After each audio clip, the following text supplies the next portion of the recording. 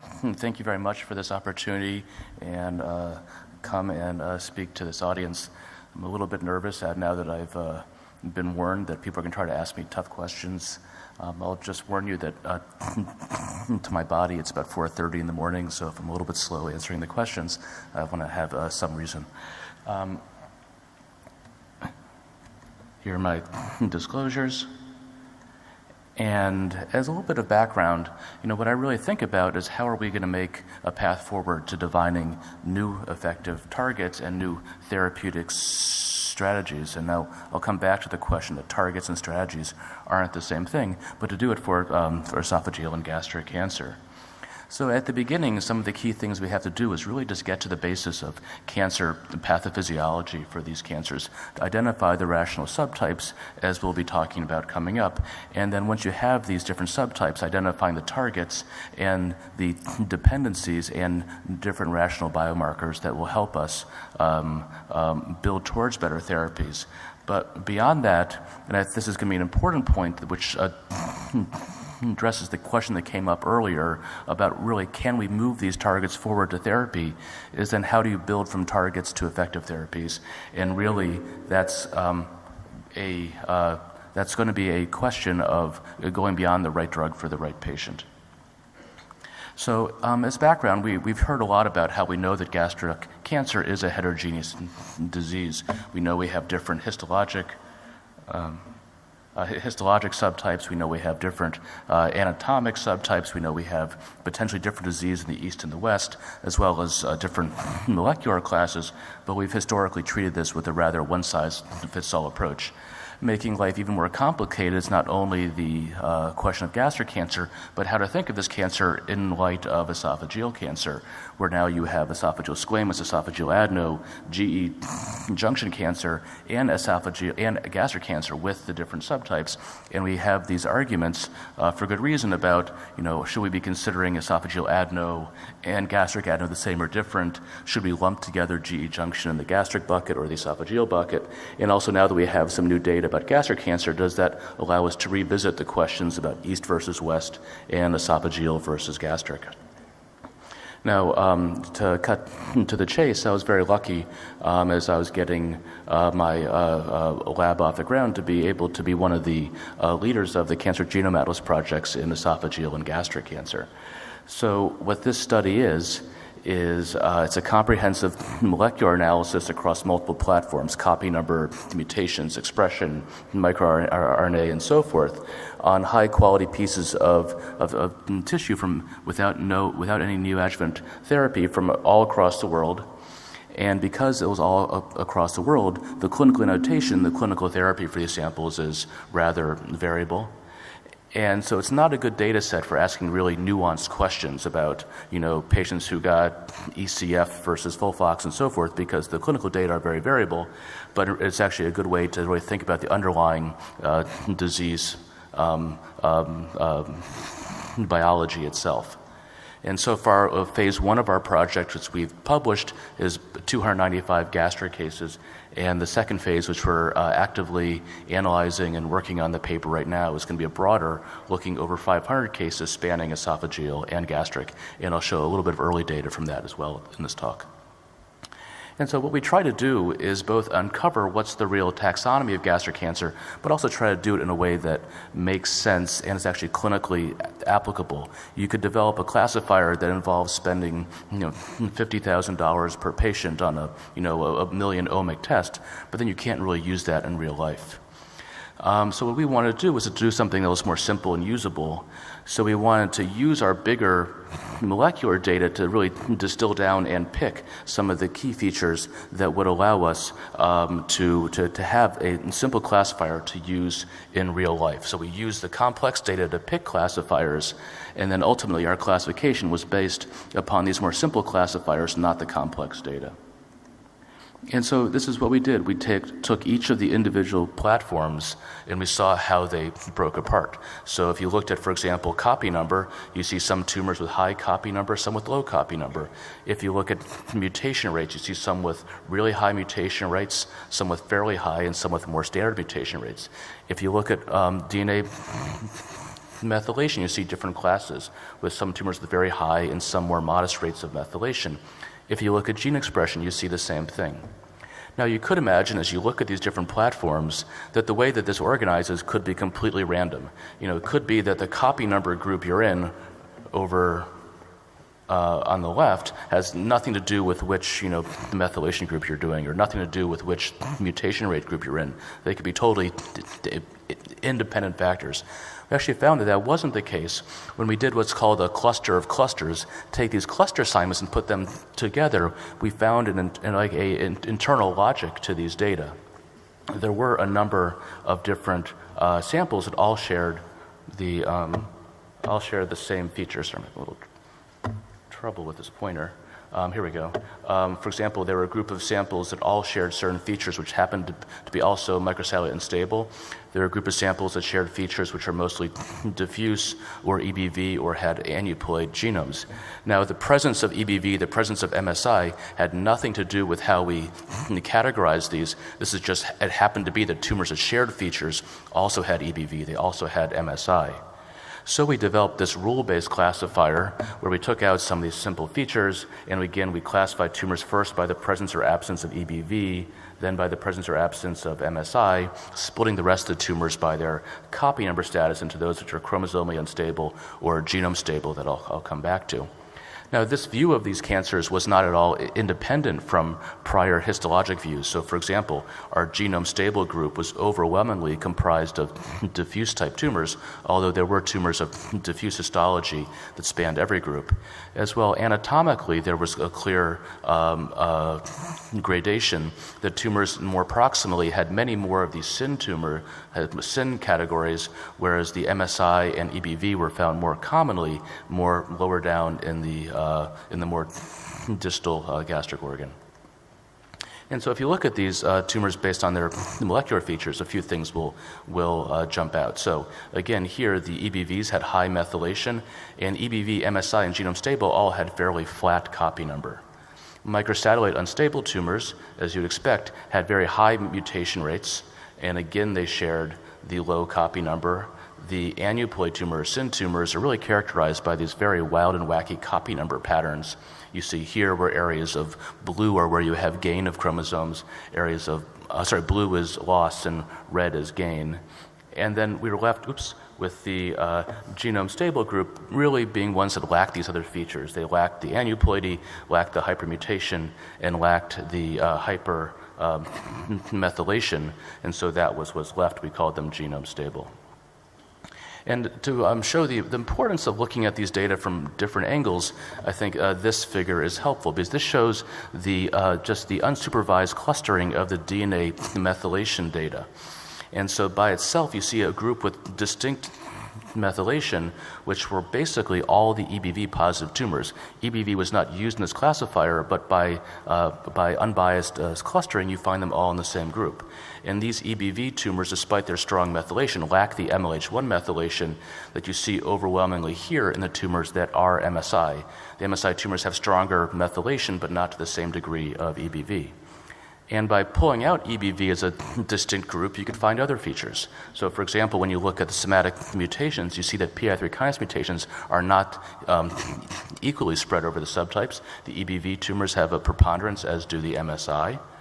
As well, when you look at copy number, this is a plot of significantly amplified genes in these different subtypes. It's rather complicated, but I'll just focus right here that in the EBV positive tumors, they're relatively flat copy number, but one recurrent amplicon we found was on chromosome 9. We initially attribute this to the gene JAK2 at tyrosine kinase, but one day I was dancing in my office when I realized that two of the genes right next door to JAK2 were the genes encoding PD-L1 and PD-L2, which are amplified selectively in EBV positive cancers.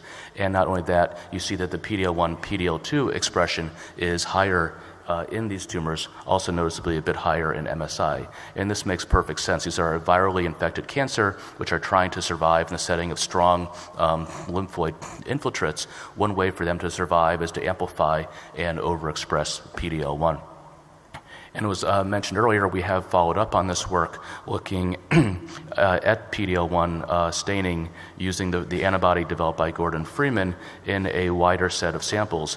And we found that if you look at tumor cells themselves, just PD-L1 positive cancer cells, only EBV and MSI gastric cancers express PD-L1 in the cancer cells itself.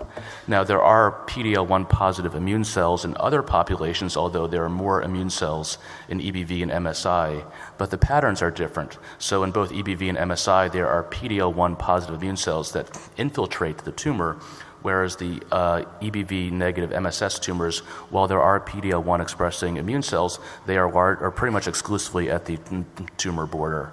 As well, we also see a stronger interferon gamma signature in the EBV and MSI, arguing that, as people have said earlier, that these patients might be the ones likely to respond to PD-1 therapy. When you go beyond this, we find a number of different targets we've heard about before, and the way that they are distributed very strongly by molecular subtype. So the red here refers to chromosome amplifications, and in the SYN tumors, aneuploid tumors, chromosomal instability, you see lots of red, lots of amplifications at real deal oncogenes, including ERBB2, EGFR, FGFR2. Many people will say, well, we tried a lot of drugs to these targets, and we haven't had a lot of success, but I will come back to that later. Now, the MSI tumors, not a lot of red, but then a lot of green, which refers to mutations. The dark green are where you have hotspot mutations, clear, likely activating events, including in ERBB3, ERBB2, the mutations that have been shown to be sensitive to some of the small molecule inhibitors and other model systems. Now, what's very frustrating is the genome stable group, which is largely, again, diffuse gastric cancer, although we did find the CDH1 mutations in about a third of these tumors. What's really striking is that they lack a lot of the classic oncogenes, the things that make cancer cancer, the MYC, the KRAS, the EGFR, the HER2. And so it's a real mystery of what actually is pushing these cancers and what the targets are. We do have some new leads. So, for example, by carving out these as a distinct group, we found a strong enrichment of mutations in Rho A, which is a different GTPase protein in these cancers. This is something we're working on in the laboratory right now. But I think that's a long-term question, how to develop therapies for that group of tumors. So again, we get back to the pretty picture that when we were working on the paper, our goal was we would make a really good picture that everyone would want to show. So clearly that seems to be working out. And in summary from this part of the talk, so we've identified distinct classes of gastric cancer. So the SYN group is more common, especially as you move more proximally, and there's a lot of candidate amplified targets we'll talk about a little bit more. Again, the EBV positive cancers, I think there's a lot of promise to the PD-1 pathway, and of course the preponderance of PI3 kinase mutations, that's the subtype, also lead that to be a candidate. Now the MSI has a number of hotspot mutations that are targetable, ERBB3, ERBB2, and the PI3 kinase, and again PD-1 is a promising target. And now again, the genome stable or diffuse are a real mystery, where we're actually working on these Rho A events in the lab now, but trying to find targets for this is a very important goal for us and for many other people. Now, there has been another way or other approaches to how to categorize gastric cancer. I think the most prominent recently came from the Asian Cancer Research Group. This was published in Nature Medicine a little over a year ago. And this was a single study from a single center at Samsung University in Seoul, where they just used expression profiling to develop a classifier. And they developed a 4-group classification that was similar to ours. Again, this was only expression profiling, so they had an MSI group, a EMT or a more mesenchymal group, and a P53 positive and negative groups, which more similar to the SYN. And again, since they didn't use DNA methylation, they didn't carve out EBV as a separate group. And one thing they noted was they actually saw more clear survival differences in their group than in the TCGA data. Again, the TCGA data were very clinically heterogeneous. Some patients from the Ukraine, some from Korea, some from Vietnam, some from Memorial Sloan Kettering. So there's a lot of clinical variation in our group. But again, they did see that the EMT group did worse. The MSI group did better. Now, one thing to consider as we look at these different classifiers is actually what may be a difference. One is the way they classified. Again, the ACRG was just based on expression profiling, but also the TCGA was only about a quarter East Asian, whereas this was all from Korea. Our group was only about a quarter diffuse, whereas nearly half of these tumors were of diffuse histology. Ours were all surgical cases, so biased towards early stage, whereas many of the ACRG were later stage cancers from biopsies, as well as we had a preponderance of more proximal cancers in the TCGA set. And one example of how these data sets are different is you could just look at the copy number. So here's chromosome 1 through 22. Again, areas of are blue are loss, red is gain. And you can see that the strong majority of the TCGA set were tumors with much more marked aneuploidy, whereas many more of the Asian cohort, again, which are more diffuse cancer, had more flat or bland copy number profiles. Again, a somewhat different set of patients. So how do we think about comparing these approaches? I mean, I think there's a simple way to think about it, is that one is that the TCGA approach, we were factoring in different features in developing our classifier, gene mutations, methylation, aneuploidy, and not only expression profiling. These give you a bit of a sense of sort of where the tumor came from, what was the tumor initiation. And it tells a little bit about the potential sort of targets for therapy, but it doesn't tell you how that therapy or how that tumor may have changed over time. Now, by contrast, the ACRG, looking at gene expression profiling, gives you a bit more of a snapshot of the tumor at the time that you sampled it. And so, for example, it allows you to look at factors where tumors may have started from distinct points but converged to the same place. For example, you might have two different HER2 patients, one of which evolved over time to be much more differentiated, much more mesenchymal, and that sort of moved into a EMT-like tumor, and that wouldn't be captured by the TCGA data, but that more EMT-like state would be captured by the ACRG. So it may help us understand how tumors that started the same way might have evolved to be different. One of the other things that comes up in thinking about this comparison of these two classifiers is it does bring back this sort of argument about East versus West. And so we've tried to look at this, and here's a little bit of new unpublished data from our group trying to answer this in a fairly focused way. What we've done is we've gone into the published data from a number of different sources, TCGA, as well as published and new sets from Asia and Europe, where you have copy number data on gastric cancers. So about 700 different samples, and we've uniformly reprocessed these. And when you look at this, just from the beginning, if you look at all the Western cases on the top, all the Eastern cases at the bottom, you see that they do look rather similar, although it seems to be more, again, genomic instability in the Western tumors than the Eastern tumors, and this is just an all-comers analysis. In terms of why that could be, it could be because these tumors are more impure in the East, and there's a small difference in purity, but there is a very large difference in the fraction of the genome that is disrupted in these Western and Asian cancers, and you categorize them by sin, like in TCGA, there is a significant difference. And then when we stratify these tumors by sin, what you see is quite telling. If you look at sin tumors of the East versus sin tumors of the West, non-sin tumors of the East, non-sin tumors of the West, and if I were to ask you, to say something about the biology of a gastric cancer, would you rather know if it's sin or not sin or East versus West?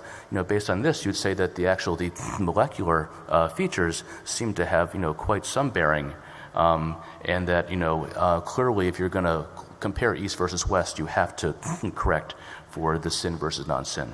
We did do some analysis to try to find possible peaks that are different in these populations. We saw some signal around one gene PTRD, but overall we didn't find clear significance in one set or the other. Now this is a limited analysis, 700 tumors, it's only copy number, so it doesn't mean that these are all identical when you correct for copy number, but it means that correcting for some of these TCGA classes is going to be very critical when you look at comparisons, say, of East and West. And indeed, as we've often wondered how Eastern patients do often have better survivals, we could say that we know that some of these groups do have survival impacts. Patients with EBV positive cancers do better. Patients with more aneuploid gastric cancer do worse. So some of this imbalance of subtypes probably contributes to some of the imbalance in survival in the East and the West. And so the question is, once we corrected for these features, how much difference would there still be? Now, it doesn't mean there's not other differences in the gastric cancers from the East and West. So we know that there are other things about these cancers that do differ. For example, there's more H. pylori in the East, and that could lead to differences outside of what you see just in the cancer cell itself. It could lead to differences in the tumor microenvironment. So, for example, Patrick Tan's group did show that comparing cancers from a Japanese and U.S. population, gastric cancers, even when you corrected for EBV and MSI, you did see, for example, higher rates of macrophage and CD8 markers in the U.S. population. So I think as we think about moving forward in terms of asking questions about taxonomy and subtype, I think there'll be questions that go beyond just sort of tumor autonomous features or cancer cell molecular features to thinking about the tumor environment. I think it's going to be especially pertinent in the era of immuno-oncology. So in summary, in this part of the talk, there's likely confounding of any kind of East-West comparison because there are different proportions of subtypes. Again, SYN tumors are more common in the proximal stomach, more common in the Western patients. So any East-West comparison is generally going to be comparing imbalanced groups of patients. So the question is, once we correct for that, what remains? And I think looking forward, some of the questions I have are going to be not just about the particular mutations, et cetera, in the cancer cell, but the effect of the larger tumor, especially the immune environment. The other thing we can now think about, how am I doing on time? I thought I had... Still 5 minutes. Okay. All right. 5 minutes left. Okay, perfect. So it gave me 20 minutes here, but I thought it was more. Okay, perfect. Okay. So we also can revisit the question on esophageal adeno versus gastric adeno. And so indeed, our group for TCGA is now marching on to the esophagus. When we finished our gastric study and we started working on esophageal cancer, we didn't really know where to draw the line between esophageal and gastric. And we thought that it would be much more meaningful, instead of trying to draw an arbitrary point and saying we're just going to focus on esophageal cancer, to sort of do this more jointly. And so now we're analyzing all 550 esophageal gastric cancers as a combination to try to understand esophageal cancer, but really using gastric as a comparator. So this is this analysis is actively ongoing, but I'll just give a couple highlights right now of sort of things that we hope will be, maybe published in, the next 8 months or so. So the first question we had was, okay, we'd put gastric cancer into some different groups here. Does that inform how we think about esophageal adenocarcinoma? And I'm going to skip here esophageal squamous. We do have results, just as the last speaker, that the squamous and adeno are different, but I'm going to focus here just on esophageal adenocarcinoma. So the first thing we had to do was actually look carefully at what we were dealing with, because centers from all over the world sent in cancers, and they said, oh, this is an esophageal cancer, this is a gastric cancer. But as you know, it's really hard, especially the GE junction, to say really whether you have an esophageal or a gastric cancer. And so we wanted to really do this carefully. So we had a whole team of gastroenterologists and pathologists going through surgical reports, going through pathology reports, looking at the slides themselves to try to very carefully assess what we were dealing with. So, we could assess and identify the tumors that were more at the lower parts of the stomach, the more gastric tumors that were more present more proximally, and then when you got in the neighborhood of the GE junction, we really looked very, very carefully and tried to assess, okay, are these clearly esophageal adenos? Do you clearly see Barrett's? Are they ones that look like they're more gastric GEJ? There's no Barrett's, but you see, gastric metaplasia. And we even had some where we just couldn't say. They were just around the GE junction. We just couldn't say they were whether they were really of the esophagus or gastric. And then when we applied our different subgroups, what we found was quite intriguing. There's a very strong anatomic axis of these different gastric cancer groups. So, in the antrum pylorus, in the body, and the fundus, you see a real mix of subtypes where roughly half of these are syn aneuploid tumors, but many more genome stable, MSI, EBV, especially in the mid-stomach. As you move to things that are around the GE junction, but clearly gastric, you still see a mix. You have more syn, but you're still getting some EBV and MSI in the mix. Even in the unknown, you are getting, you don't have any EBV up there, but you're still getting some genome stable and MSI tumors. What we found were the true esophageal adenocarcinomas that we were most confident in, 71 out of 72 were all syn tumors. So we didn't see any MSI, any EBV. So again, with the east versus west, I think in the stomach versus esophagus, you have clear confounding by subtype. And when you look at the copy number events, you see that actually the copy number of esophageal adeno and the syn gastric are overwhelmingly very similar. And especially if you compare it to non-syn gastric cancers, obviously the EACs look much more like the syn gastric than the non-syn gastric look to the gastric syn. And compared to the esophageal squamous, there were some clear differences, like here that peak is strong cyclin D1 in the squamous or strong chromosome 3 gain in the squamous. So, we're doing a lot more work on this, but a summary of what we have is just like the east-west argument, there is confounding here by subtype. There appears to be more subtypes of gastric cancer and than there are subtypes of esophageal adenocarcinoma. I'm increasingly thinking of esophageal adenocarcinoma as an extension more of the syn type of gastric cancer. But I think the question we're asking now is, now that we could correct for this confounding and we could say, well, if we just compare esophageal to gastric, you're going to see a bunch of differences because of the MSI and the EBV. But if we just compare the esophageal adenos to the syn gastric to do what we think of as a more apples to apples comparison, now we're trying to drill down on the features that may be different in more esophageal versus more gastric. And so this is what we're actively doing right now. Now I want to move on from the taxonomy to what comes next. I think it's been touched on before that, we found EGFR, but the cetuximab hasn't worked. We have a lot of things that we think we found, but haven't translated into the clinic. So, so where do we go next? We found these groups, we found these targets, and so that would imply it should be easy to develop therapies, but it's not.